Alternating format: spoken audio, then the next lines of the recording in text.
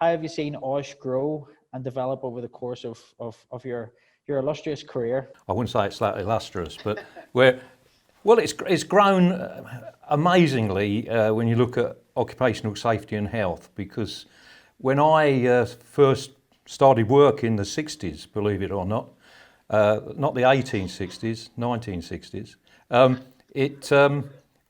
we were under the control of a new bit of law that came in 1961 called the Factories Act. There was a Factories Act, another one called Office, Shops and Railways Premises, and there were various others for different industries, mines and quarries. So when I started, and that was just really into safety after being a printer for a number of years, which did get me into safety,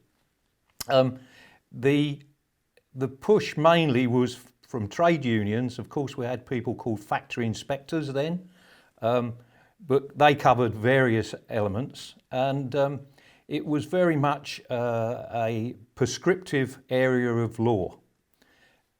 Prescriptive in the sense it said exactly what you should do, even down to feet and inches in those days, as we had, as regards the digging of a trench. If a trench was 1.2 metres in new money, if it was less than 1.2, you didn't have to support it. If it was more than 1.2, it was a legal requirement, so prescriptive.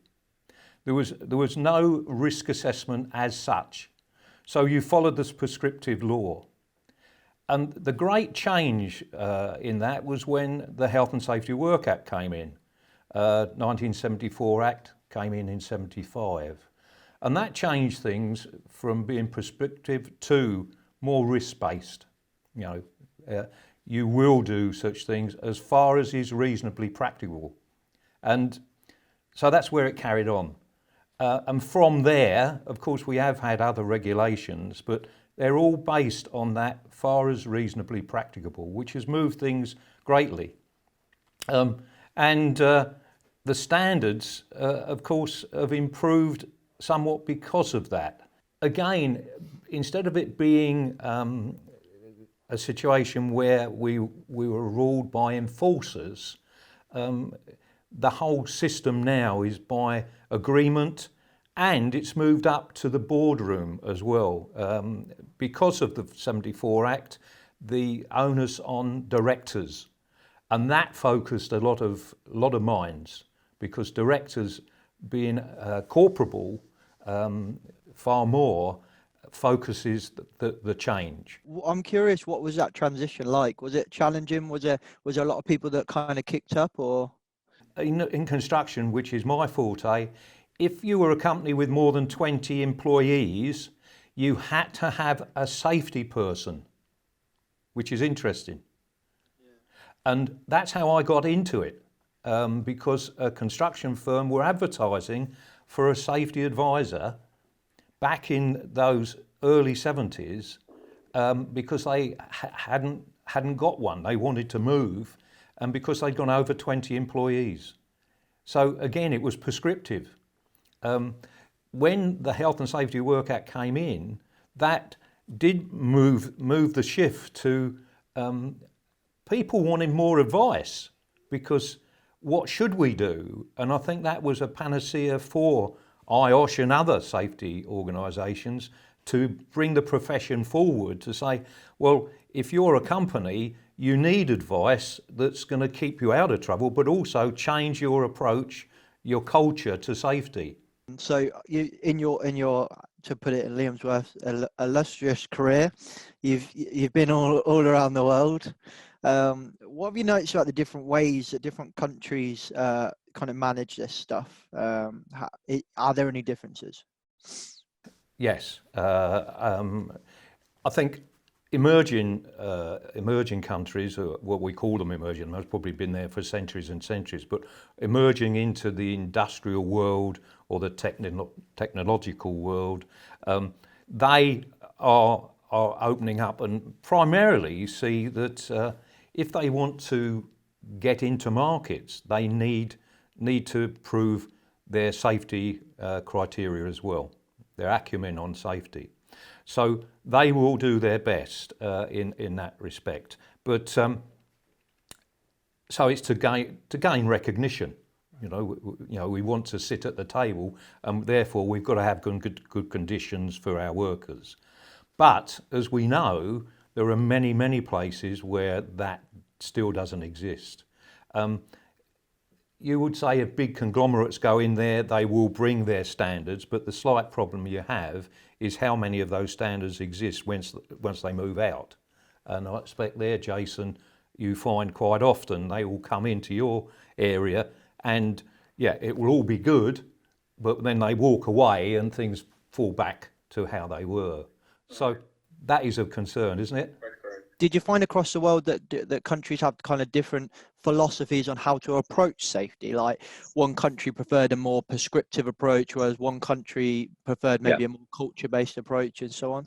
Very true. Yeah, most, and this sounds terrible, but most of the countries around the world are looking at our old, and I mentioned it way earlier, didn't I, about our prescriptive laws.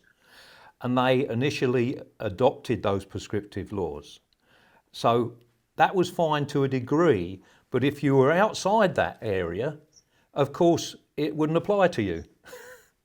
So those countries that are prescriptive, fine, only in those areas. And Liam and myself and others talk about construction. So yeah, prescriptive, you will do this.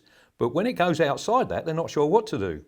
So the change of what is reasonable is fine. But it's, again, they're in the same situation as we were of how do you back that up? And, you'll get, in Hong Kong, you get safety engineers, which I think is a great title.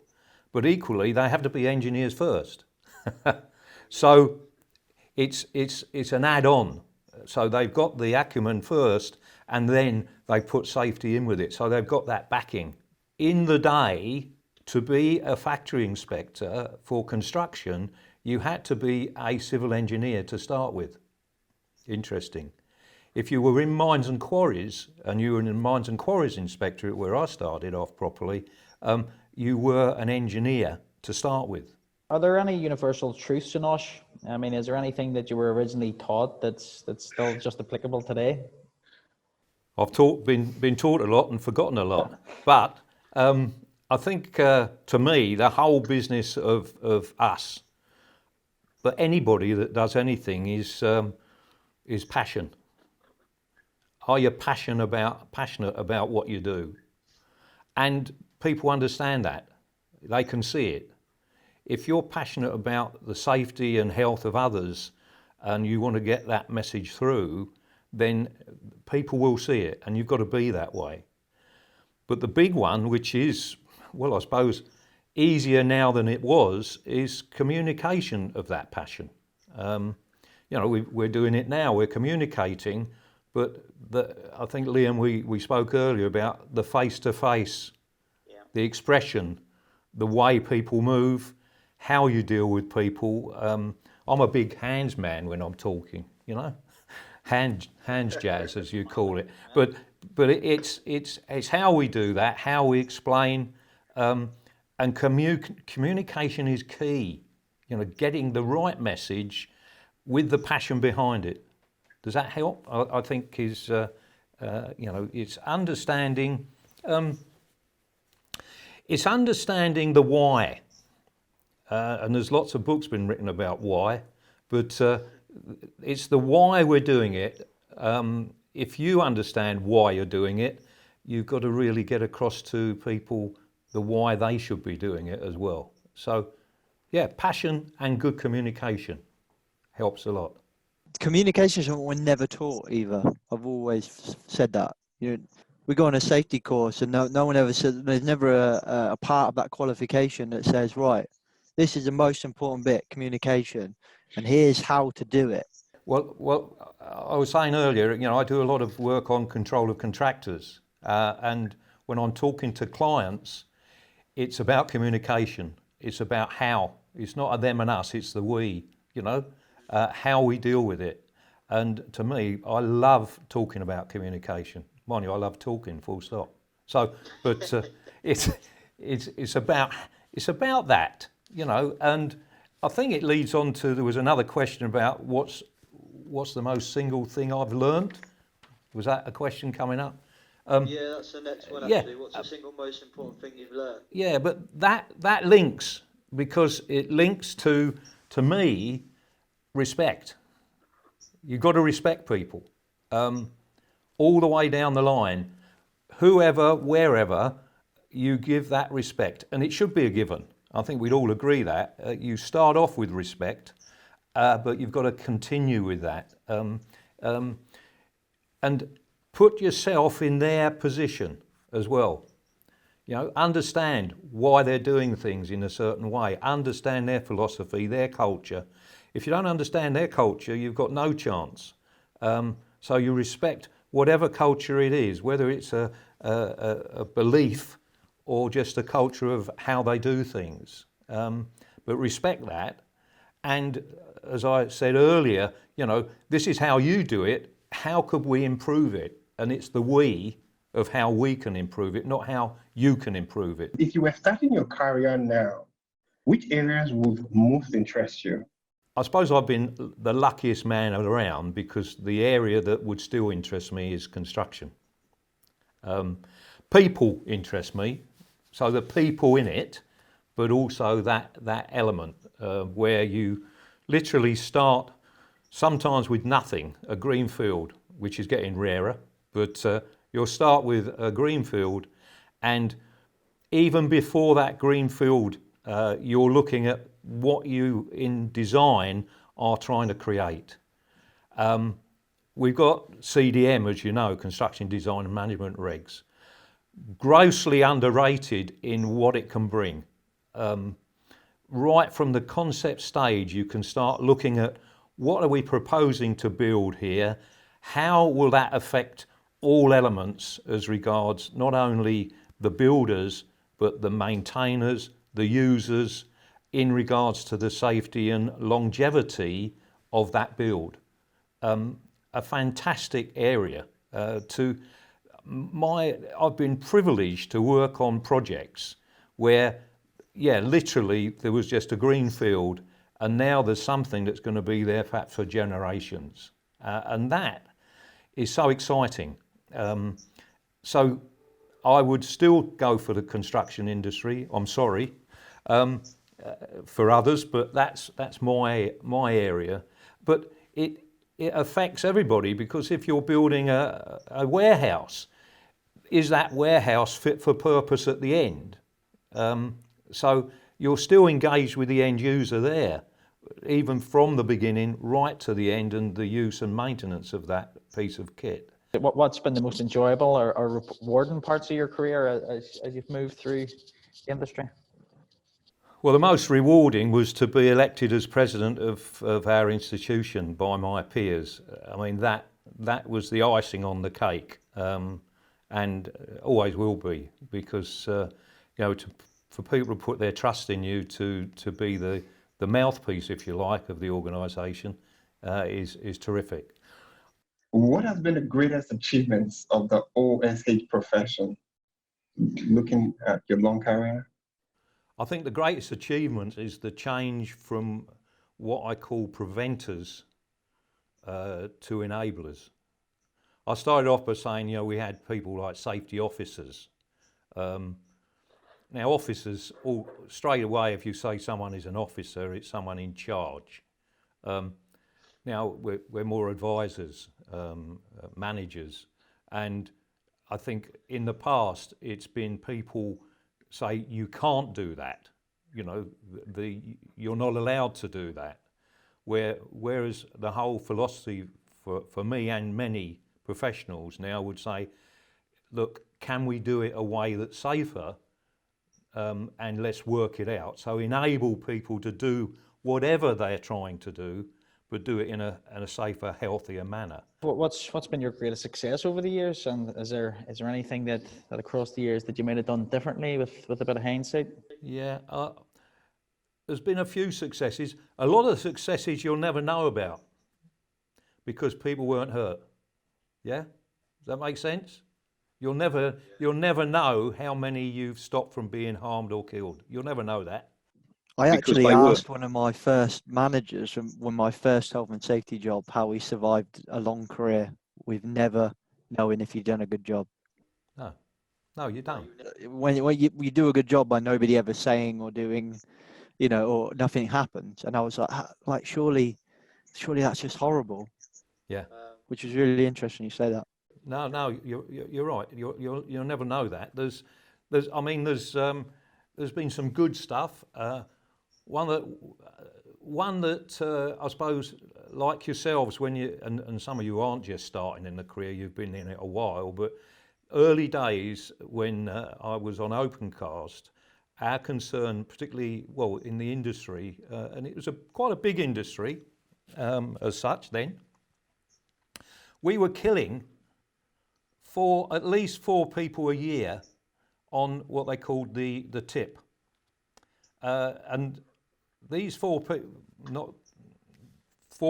people were being killed by machines. They were called tipmen. Their job was to guide machines, dump trucks, 50-ton dump trucks, at least 50 ton carrying capacity, to the edge of the tip to make sure they didn't go over the edge when they tipped their load. Now, these machines were working 24 hours a day, 7 days a week. And what was happening was the tip men were getting run over, squashed. Mainly because the operators of the machines couldn't see them. If they did see them, then perhaps they went out of sight. If they did run over them, they didn't even know it because they would just be squashed in the mud. And there was a few of us who were safety people in Opencast, and we said this must stop. But it was the unions that insisted that these people were there because it was an employed person. So we got together, just a few of us, with the Mines and Quarries Inspectorate. We met with the unions and the employers, which was quite brave, I suppose, because we could have lost our jobs. And we just basically said, this must stop. And the way it's to stop is you replace men with machines up there to do the job. So you tip short and then you bulldoze it over. And we won. And we won our argument. And if you like, that was a success, an early success. And after that, I thought, well, if we talk to people the right way, we can have successes. And that was really early days of my career. Mistakes, I've made many, many. If you've never made mistakes, you never did much. At times, again, early days, was not following your instinct. Being coerced, let's say, by others for not dubious reasons, but for other reasons. So I think the mistake sometimes is, live with your instinct. This seems to be right, and really go for that. I suppose now at my age, I'll do it anyway. So, but when you're younger, you are influenced a lot. And that's not to be rude to people, but it's sticking to your guns sometimes is important. And sometimes they're the mistakes when you don't. Do you think zero harm is achievable, John? Like I live in a very safe environment, but I stubbed my toe this morning. So if we're aiming or aspiring to zero harm, is that a world that's actually attainable? Is that a world we even want to live in? I think you've got to look at proportionate harm. Hopefully you didn't break your toe. No, luckily. I'd have screamed a lot louder if I had. Yeah, and it's this, and it's it's on an old record. Far as is reasonably practicable, does that make sense?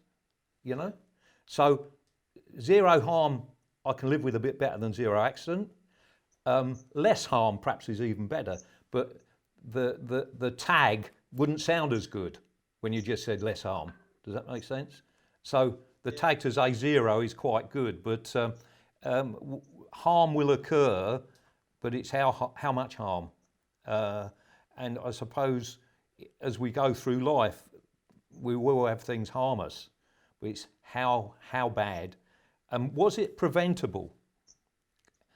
And so, yeah, if we can prevent that harm from the off, and that's what we're saying with construction, CDM, but equally by even the risk assessments and methods of work, and that, I'm a great champion for risk assessment, because if someone can tell me what could go wrong tomorrow on what I'm doing, I think that is brilliant if I can prevent it from going wrong. So that to me is a risk assessment. You know, you've looked at it, you looked at what could go wrong, so what can we put in place to prevent it going wrong, seriously wrong, whichever way. So I'm a great advocate of that. You know, if it's every one of us, I suppose, looked at the forecast last night. Well, that's fantastic. Why do we look at the weather forecast? Well, it's a risk assessment, isn't it? It forecasts what's going to happen today. Whether I put a coat on, turn the heating on, you know, I've got to keep Andy warm in here, so, or let him freeze to death. But that is an assessment, and it's a forecast. So assessments are forecasts for me. What could go wrong? What can we do about it? So zero harm, yeah, by assessment, we can minimise that. So given like the trends, yeah, having seen trends develop over your career, what kind of direction do you see us moving in as a profession now? What kind of areas would you suggest younger professionals focusing on? I would, I would say we want to go, if we can, and it is a big jump. I think we've still got to engage with what I call the boots on the ground. You know, the workers on the shop floor, we've got to engage with them. But we've also got to focus more on boardroom and business. I think one of the things I would look at is understanding a balance sheet, understanding what makes business tick. And I suppose even a business degree would be quite useful, but perhaps that's going too far. But it's understanding, you know, how businesses develop, what are their pluses and minuses, and how we can feed into that. It's getting the ear of the directors, if you like. Now that's difficult when you're starting out, because you know you'll most probably have several tiers above that. But again, by understanding it, it may be the way, I'll use the word hook again, the way you can hook them on board to change. So I think as professionals now, we've still got to understand what's happening on the shop floor, or the office floor, or the university floor, whatever that is that we're dealing with. But it's also understanding what makes the business tick in general. All right, so I suppose lastly then, John, as sort of we've joined you from the Future Leaders steering group as our committee, I suppose. So for us, your message, what would be your single piece of advice you'd give to our generation, I suppose, that are coming through? For future leaders, be passionate of what you do, and ensure you're bringing others along with that passion, I think, as much as you can. Bring them along with you. We talked about friends, but colleagues, bring them along with you, you know, to bring a bit of, I can't be, I'm seen as not being serious at times, because I like a bit of a joke, but I am passionate about health and safety, and I'm very serious about it. But it's got to be looked at in a humane manner or human manner, whichever you know, be a humanist, isn't it? We're all part of this, and the passion of what you do will get you a long way, yeah? And if you're starting on the ladder, it will reward you well to take it that way.